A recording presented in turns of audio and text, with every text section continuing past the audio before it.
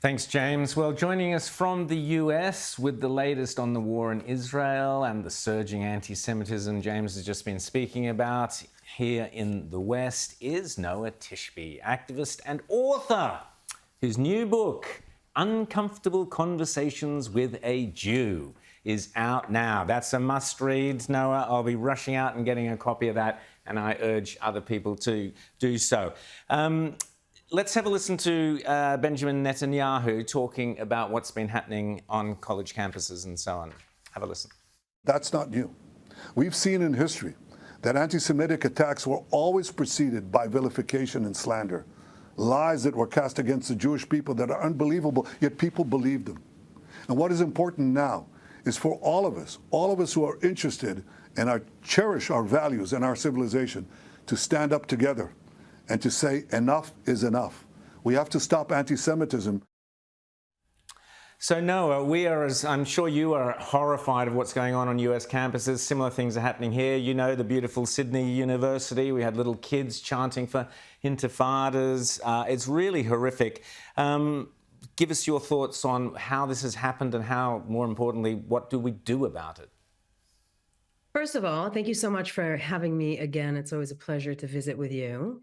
So what is happening right now on college campuses in America and around the world is not happening by accident. It is happening by design. This is a conclusion of a coordinated and well-funded campaign that has been waged against the West and against Israel for over 30 years. So what Israel's enemies, and the enemies of the West, really, the people and the entities and the countries that do not like democracy and anything that we hold dear, what they have concluded is that they're not going to be able to take Israel down militarily. And they've shifted the gear and shifted their plan to taking Israel down geopolitically, to basically delegitimize Israel's right to exist as a Jewish state. And they've been doing this for over 30 years in academia and on college campuses. We know about this. We've known about this for a very long time. Their plan was to make Israel toxic, to literally turn Israel toxic, because Israel is on the front line of a worldwide war in the Middle East against radical Islam. And they need to take Israel down in order to move to the West. And that is one of the things that we've been trying to tell the West for a very, very long time. The way they did it is to use age-old anti-Semitic tropes that everybody had kind of heard for thousands of years. Every Jew had heard for thousands of years. So you take out the word Jew and you put the word Zionist, and it's all clear. You can do whatever you want. So what we say about anti-Semitism is that it's not simple racism. It's a shape-shifting conspiracy theory. And it has shifted throughout the generations. Every time it changes a little bit.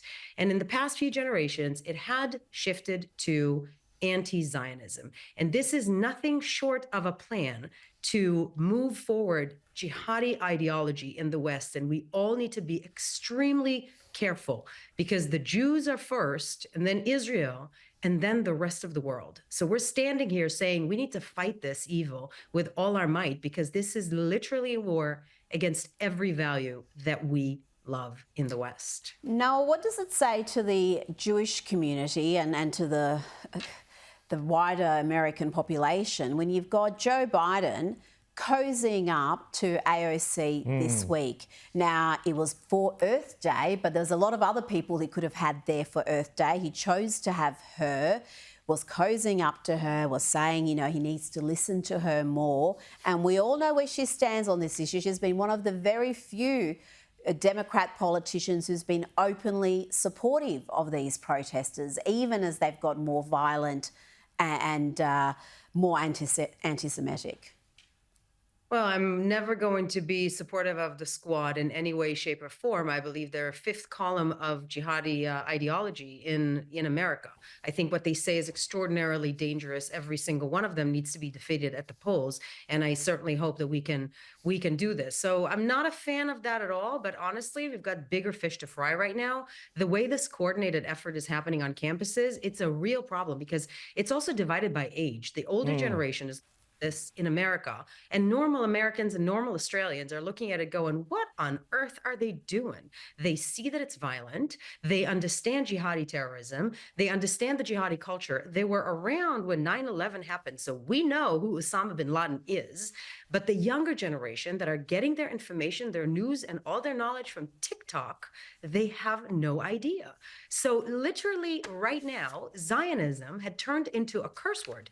Zionism, which is literally Israel's right to exist, that's it, is now been presented as a movement that necessitates the genocide of Palestinians.